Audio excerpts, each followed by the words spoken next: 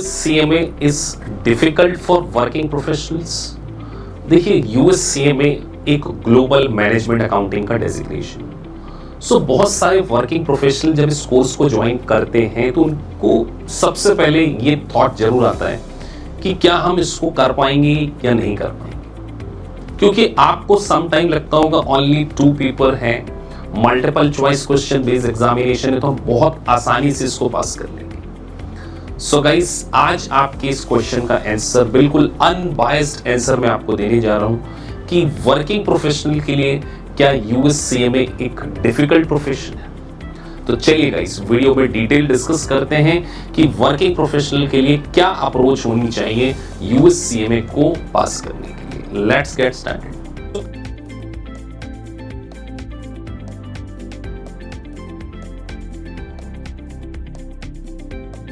तो गाइस, किसी भी कोर्स को अगर आप ज्वाइन कर रहे हैं, सबसे पहले उसके कंटेंट को अंडरस्टैंड कीजिए।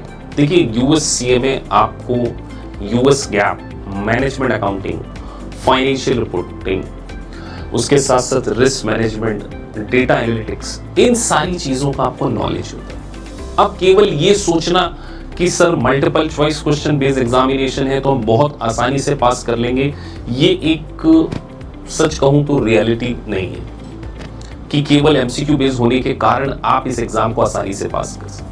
देखिए, मल्टीपल चॉइस क्वेश्चन में भले ही नेगेटिव मार्किंग नहीं है, लेकिन यहाँ आपकी जो थिंकिंग है बहुत एनालिटिकल होनी चाहिए।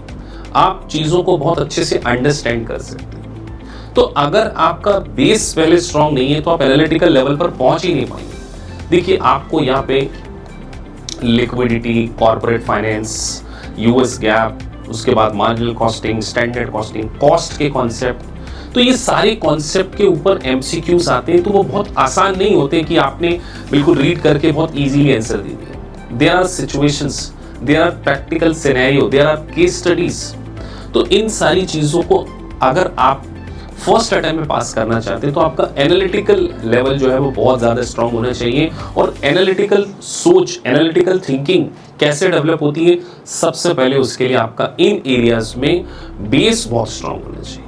अगर आपका कॉस्ट अकाउंटिंग का, मैनेजमेंट अकाउंटिंग का, फाइनेंशियल रिपोर्टिंग का, फाइनेंशियल मैनेजमेंट का बेस बहुत ज्यादा स्ट्रांग हुआ ना, तो डेफिनेटली फिर आपको ये कोर्स आसानी से समझ में भी आएगा और फिर इस कोर्स को हम पास कर पाएंगे। तो देखिए, वर्किंग प्रोफेशनल के लिए कई बार चैलेंज क्या होता है कि अपनी जॉब के साथ में टाइम को अरेंज नहीं कर पाते। वो सोचते हैं कि 1 घंटा 1.5 घंटा पढ़ने से लिटरली आप 6 मंथ में इसको पास नहीं कर पाएंगे। देखिए, लेवल भले ही 2 है, लेकिन काफी डिटेल है और काफी अच्छा लेवल है USCMA का। तो पहले ज्वाइन करने से पहले इस बात को डेफिनेटली एक्नॉलेज कीजिए कि आपको रेगुलर बेसिस पे 2 घंटे स्टडी करना होगा, आपको एनालिटिकल अप्रोच आपकी होनी चाहिए और आपका साउंड बेस होना चाहिए financial management, financial reporting, accounting, cost accounting, तब जाकर आप इस USCMA के प्रोफेशन को पास कर पाएंगे। और गाइस, अब अगर हम बात करें, देखिए वर्किंग प्रोफेशनल अगर इस कोर्स को ज्वाइन कर रहे हैं तो देखिए सबसे पहले तो फ्लेक्सिबिलिटी बहुत अच्छी है। आप एक पेपर करके 2 ही लेवल होते हैं, तो जरूरी नहीं कि दोनों लेवल आपको एक साथ देना है, आप एक लेवल को क्रॉस कर सकते हैं। और आप आपके वर्क शेड्यूल के अकॉर्डिंग, अपनी स्टडी के अकॉर्डिंग, अपने हिसाब से ही क्या कर सकते हैं, एग्जाम को बुक कर सकते हैं। तो ये फैसिलिटीज डेफिनेटली वर्किंग प्रोफेशनल के लिए बेनिफिशिएंट होगी कि जब वो रेडी हैं तभी उन्हें क्या करना चाहिए, एग्जाम देना चाहिए। और कई बार स्टूडेंट एक छोटी सी गलती करते हैं, पहले से ही अपना रजिस्ट्रेशन करवा लेते हैं।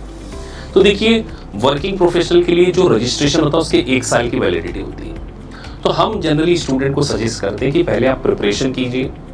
और हमारी मेंटरशिप बैच में तो हम 1-to-1 टॉक करते हैं स्टूडेंट से कि आपको पहले सही तरीके से बेसिक फंडामेंटल आपके क्लियर किए, आपको प्रॉपर प्रिपरेशन कराई, उसके बाद आपकी थ्योरी सेगमेंट्स भी हम लेते हैं। फिर पूरा एक मॉक टेस्ट एनालिसिस करने के बाद जब मुझे लग जाता है कि now you are ready to become a USCMA, तब हम आपका एग्जाम का रजिस्ट्रेशन कराते हैं और उसके बाद हम आपकी एग्जाम बुकिंग कराते हैं। तो आपको पहले से रजिस्ट्रेशन नहीं कराना है, पहले से एग्जाम बुक नहीं करना है, आपको केवल स्टडी के ऊपर फोकस करना है। तो जब आप रेडी होंगे तब मैं आपको सजेस्ट करूंगा कि कब आपको एग्जाम देनी चाहिए। तो देखिए, किसी भी कोर्स को ज्वाइन करने से पहले एटलीस्ट इतना नॉलेज आपको होना चाहिए कि कोर्स बहुत ज़्यादा आसान भी नहीं है और बहुत ज़्यादा डिफिकल्ट भी नहीं है। तो वर्किंग प्रोफेशनल अपनी वर्किंग ड्यूरेशन के साथ में इस कोर्स को डेफिनेटली अचीव कर सकते हैं। और एक ग्लोबल मैनेजमेंट अकाउंटिंग का डेजिग्नेशन। सो गाइस डेफिनेटली अगर आप एक वर्क प्रोफाइल में हैं तो यूएससीए में शॉर्ट टर्म में आपको क्या है, एक ग्लोबल मैनेजमेंट अकाउंटिंग का डेजिग्नेशन प्रोवाइड करता है। और साथ में